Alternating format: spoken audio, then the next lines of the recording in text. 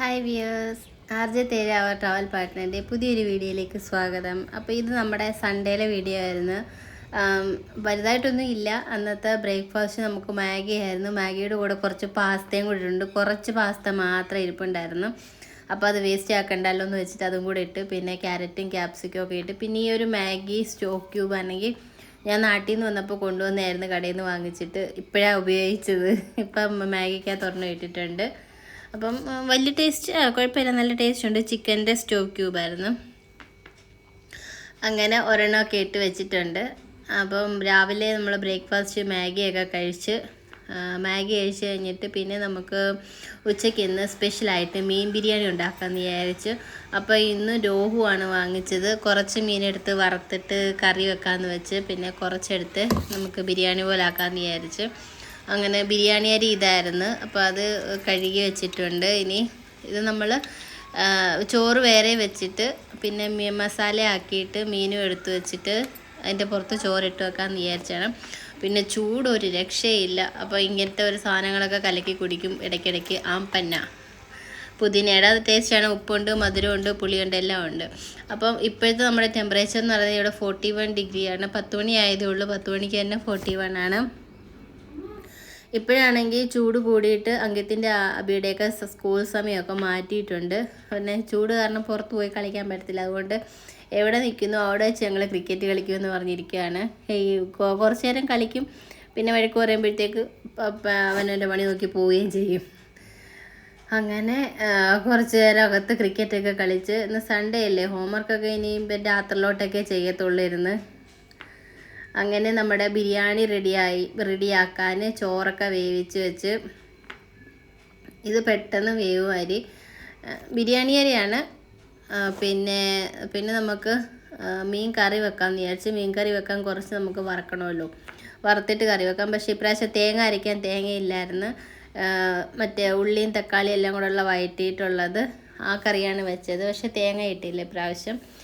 കഴിഞ്ഞ ആഴ്ചത്തെ സൺഡേയിലെ വീഡിയോയ്ക്കകത്ത് ആ കറി ഡീറ്റെയിൽ ആയിട്ട് എങ്ങനെയാണ് വെക്കുന്നതെന്ന് ഞാൻ വീഡിയോ ഇട്ടിട്ടുണ്ട്. ഇപ്രാവശ്യം അതുകൊണ്ട് അരച്ചിടുന്നത് മാത്രമേ ഉള്ളൂ, കുറച്ചേ എടുത്തിട്ടുള്ളൂ വീഡിയോ ഒക്കെ. അങ്ങനെ മീൻ കറിയും സെറ്റായി. പിന്നെ നമ്മുടെ ബിരിയാണിക്കാണെങ്കിൽ ഉള്ളിയും തക്കാളി എല്ലാം കൂടെ ഒക്കെ വഴറ്റി, മസാലയൊക്കെ കൂടെ വഴറ്റിയിട്ട്, വെളുത്തുള്ളി ഇഞ്ചി ഒക്കെ വഴറ്റിയിട്ട് മീൻ കഷ്ണവും പറക്കിയിട്ടിട്ട് ചോറ് അതിൻ്റെ പുറത്തിട്ട് അടച്ചു വെച്ചിരുന്നു. അപ്പം നല്ല ടേസ്റ്റ് ഉണ്ടായിരുന്നു.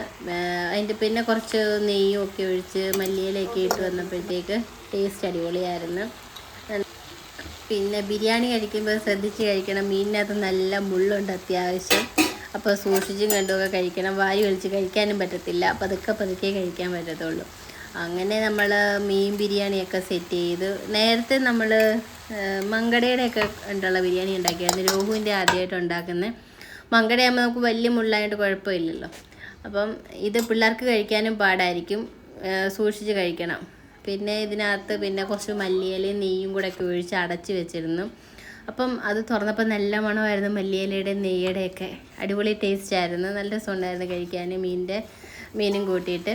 അന്നേരം ചൂട് കാരണം വീണ്ടും വെള്ളം കുടിക്കണമെന്ന് പറഞ്ഞ്, എന്നാൽ പിന്നെ നീ തന്നെ നാരങ്ങാവെള്ളം ഇട്ട് കുടിക്കുന്നെന്ന് പറഞ്ഞിട്ട് അങ്കിത്തിനോട് പറഞ്ഞ് നമ്മളിവിടുന്ന് പറിച്ചുകൊണ്ട് വന്ന നാരങ്ങ പിന്നെ നമുക്ക് ജ്യൂസ് അടിക്കാമെന്ന് പറഞ്ഞ്, അതേപോലെ അതിനെ കട്ട് ചെയ്ത് മിക്സിക്കകത്തിട്ട്, ഒന്നുമില്ല അതിനെ പീസാക്കിയിട്ട് ഇച്ചിരി 2 ഐസ് ക്യൂബ് ഇട്ടിട്ട് കുറച്ച് നമക്കും, അല്ലെങ്കിൽ സാധാരണ ഉപ്പായാലും മതി, പിന്നെ കുറച്ച് പഞ്ചസാരയും കൂടി ഇട്ട് മിക്സിക്കകത്ത് നമുക്ക് നന്നായിട്ട് അടിച്ചെടുത്ത് കഴിഞ്ഞിട്ട് കുറച്ചുകൂടെ വെള്ളം ഒഴിച്ച് അരിച്ചെടുത്താൽ മതി. ലെമൺ ജ്യൂസ് റെഡിയാവും. പക്ഷെ നല്ല വിളഞ്ഞ നാരങ്ങയായിരുന്നെങ്കിൽ ടേസ്റ്റ് കണ്ടേനെ. ഇത് ടേസ്റ്റ് ഉണ്ട്, പിന്നെ ഒരു സ്വല്പം കയ്പുണ്ട്. എനിക്ക് തോന്നുന്നത് വിളയാത്തതിൻ്റെ ആയിരിക്കും എന്ന് തോന്നുന്നു, അത് തൊലിയുടെ ആണോന്ന് അറിയത്തില്ല. അപ്പം എന്നാലും കുഴപ്പമില്ല, ഇത് കുടിക്കാൻ കൊള്ളായിരുന്നു. അതിനും വേണ്ടിയുള്ള ബുദ്ധിമുട്ടൊന്നുമില്ല കുടിക്കാനും. ഞങ്ങൾ കുടിച്ചു. ചൂടായതുകൊണ്ട് ഇപ്പോൾ എന്തോ കിട്ടിയാലും കുടിക്കും, ശരീരം തണുക്കാൻ വേണ്ടിയിട്ട്.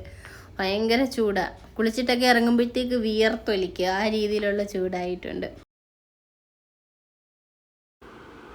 അങ്ങനെ അങ്കിത്തിൻ്റെ നാരങ്ങാവെള്ളം റെഡി ആയിട്ടുണ്ട്. ഞാൻ പറഞ്ഞ് നീ തന്നെ എല്ലാവർക്കും സെർവ് ചെയ്തിട്ട് ടേസ്റ്റ് ചെയ്ത് നോക്കിക്കോളാൻ. കാണാനൊക്കെ ലുക്കുണ്ട്, പക്ഷേ കുടിക്കുമ്പോൾ ഒരു ചെറിയ ഒരു കയ്പ്പ് രസം പോലെ തോന്നി. അത് ചിലപ്പം വിളയാത്തതിൻ്റെ ആയിരിക്കും, അല്ലെങ്കിൽ ചിലപ്പോൾ അതിൻ്റെ നാരങ്ങ തൊലിയുടെ ആയിരിക്കും, ഒക്കെ ആയിരിക്കും. എന്നാലും കുഴപ്പമില്ല, നമ്മളെല്ലാവരും കുടിച്ചേ. അതിനെന്ത് പിന്നെ നമ്മൾ അങ്കിത്ത് തന്നെ അത് സെർവ് ചെയ്ത് എല്ലാവർക്കും കൊടുത്ത് 2 ഗ്ലാസ്സിലായിട്ട് ഒഴിച്ചിട്ട് പിന്നെ നമ്മൾ 4 പേരടങ്ങ് കുടിച്ച് തീർത്ത്. എന്തോ ഒരു ചൂടെന്നറിയോ, നാട്ടിൽ ഭയങ്കര ചൂടായിരിക്കും. ഇവിടെ ഇപ്പം 43 വരെ ആവുന്നുണ്ട്. ഒന്നും പറയണ്ട ചൂടിൻ്റെ കാര്യം. ഇവിടുത്തെ അടുക്കളയിലൊക്കെ നിന്ന് കുക്ക് ചെയ്യാൻ ഭയങ്കര പാട്. കുറച്ച് നേരം എന്തെങ്കിലും ചെയ്യും, പിന്നെ കുറച്ച് നേരം വന്ന് ഫാനിൻ്റെ കാറ്റ് കൊള്ളും. അങ്ങനെയാണ് പണികളൊക്കെ ഇപ്പോൾ നടക്കുന്നത് ഇവിടെ.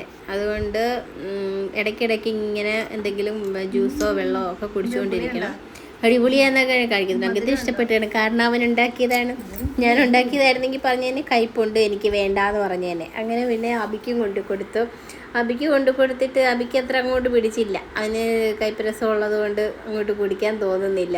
അതുകൊണ്ട് ആക്ഷൻ കാണിക്കുകയും വേണം കൊള്ളാമെന്ന്, പക്ഷേ കൊള്ളത്തുമില്ല.